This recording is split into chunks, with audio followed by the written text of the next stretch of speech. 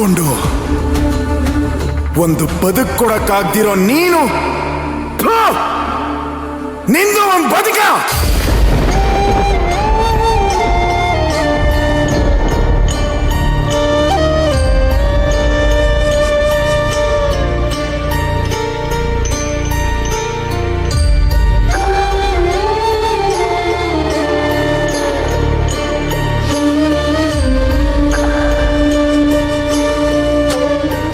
ಮಾತಾಡಿದ್ರೆ ಬರೀ ಸ್ಟೇಟಸ್ ಅಂತ ಬಾಯ್ ಬಡ್ಕೋತಿಯಲ್ಲ. ಈಗ ನಿಮ್ ಸ್ಟೇಟಸ್ ನನ್ನ ನಂದಿನ ವಾಪಸ್ ತಂದ್ಕೊಳಕ್ಕಾಗುತ್ತಾ ಹೇಳ್ರಿ?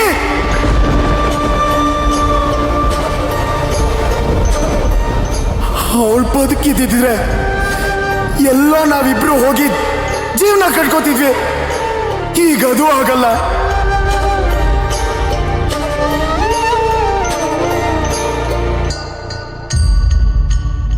ನನ್ನ ನಂದಿನಿ ನನ್ನ ಜೊತೆ ಜೀವನದ ಬಗ್ಗೆ, ಮದುವೆ ಬಗ್ಗೆ ನೂರಾರು ಕನ್ಸು ಕಟ್ಕೊಂಡಿದ್ಲು. ಅದನ್ನೆಲ್ಲ ನಾನೇ ನೆರವೇರಿಸ್ಕೊಡ್ತೀನಿ ಅಂತ ಪ್ರಾಮಿಸ್ ಮಾಡಿದ್ದೆ. ಆದ್ರೆ ನೀವವಳ ಬಾಯಿಗೆ ಅಕ್ಕಿ ಕಾಳೆ ಹಾಕ್ಬಿಟ್ರಲ್ಲ.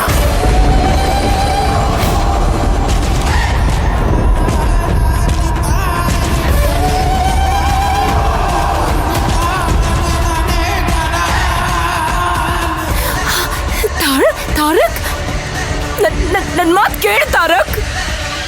ನೀನ್ ನನ್ನ ಬಗ್ಗೆ ತಪ್ಪು ತಿಳ್ಕೊತಾ ಇದ್ದಿ ತಾರಕ್. ತಪ್ಪು ತಿಳ್ಕೊಳ್ದೆ ಇನ್ನೇನು ಮಹಾನ್ ಸಾಧಕರು ಅನ್ಕೊಳಕಾಗತ್ತಾ? ಅಲ್ಲ, ಅವತ್ತು ನಾನು ಮನೆಗೆ ಬಂದು ನನ್ನ ನಂದಿನಿನ ಮದುವೆ ಆಗ್ತೀನಿ ಅಂದಾಗ ಎಷ್ಟು ಖುಷಿಯಿಂದ ಒಪ್ಕೊಂಡಿದ್ರಿ. ನನ್ಗೂ ಎಷ್ಟು ಖುಷಿ ಆಗಿತ್ತು. ಅವ್ರ ತಂದೆಗೆ ಹೋಗಿ ಮನೆಗೆ ಹೋಗಿ ಎಲ್ಲ ಮಾತಾಡಿದ್ದೆ, ಎಷ್ಟು ಖುಷಿ ಆಗಿದ್ದೆ. ಆದ್ರೆ ನೀವ್ ಅವಾಗ್ಲೇ ಕೇಳಿದ್ರಿ ಅಲ್ವಾ, ನನ್ ಮದ್ವೆಗೆ ಒಪ್ಪಿಗೆ ಕೊಟ್ಟಿಲ್ಲ ಅಂದ್ರೆ ಓಡಕ್ ಮದ್ವೆ ಆಗ್ತೀಯ ಅಂತ. ಆಗ ಈ ದಡ್ಡ ತಲೆಗೆ ಏನು ಅರ್ಥ ಆಗ್ಲಿಲ್ಲ.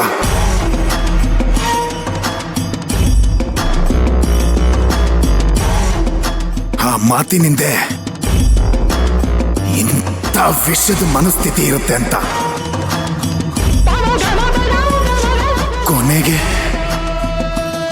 ಅವಳು ಜೀವನ ಬಲಿ ತಗೊಂಡು ನನಗೆ ಅರ್ಥ ಮಾಡಿಸ್ಬೇಕಾಗಿತ್ತ.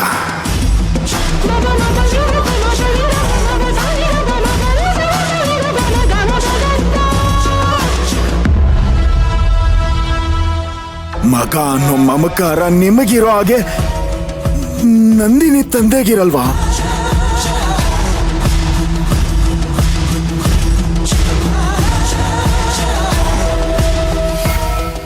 ಮಗಳನ್ನ ತಾಯಿ ತರ ನೋಡ್ಕೋತಾ ಇದ್ದ ಜೀವ ಇವತ್ತು ಒಬ್ಬಂಟಿಯಾಗಿ ಅಲ್ಲಿ ನರಳ್ತಾ ಇದೆ.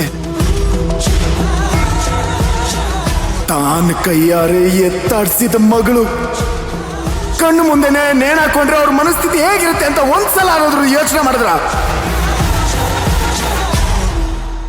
ಆ ತಂದೆ ಶಾಪ ನಿಮ್ಮನ್ನ ಸುಮ್ಮನೆ ಬಿಡುತ್ತೆ ಅಂತ ಅನ್ಕೊಂಡಿದೀರಾ? ಸುಮ್ಮನೆ ಬಿಡುತ್ತಾ?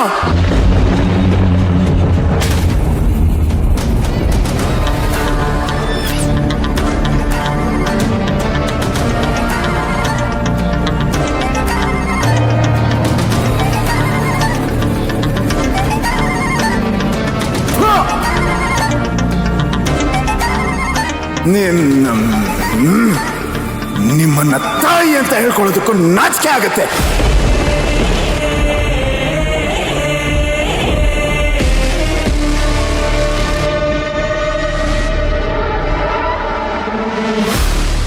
ಇವತ್ತಿಗೆ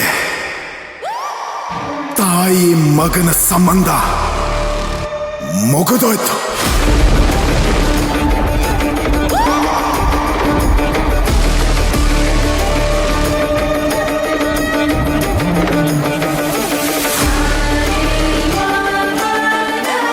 ನೀವು ನನ್ನನ್ನ ಹೆತ್ತಿರ್ಬೋದು, ಆದ್ರೆ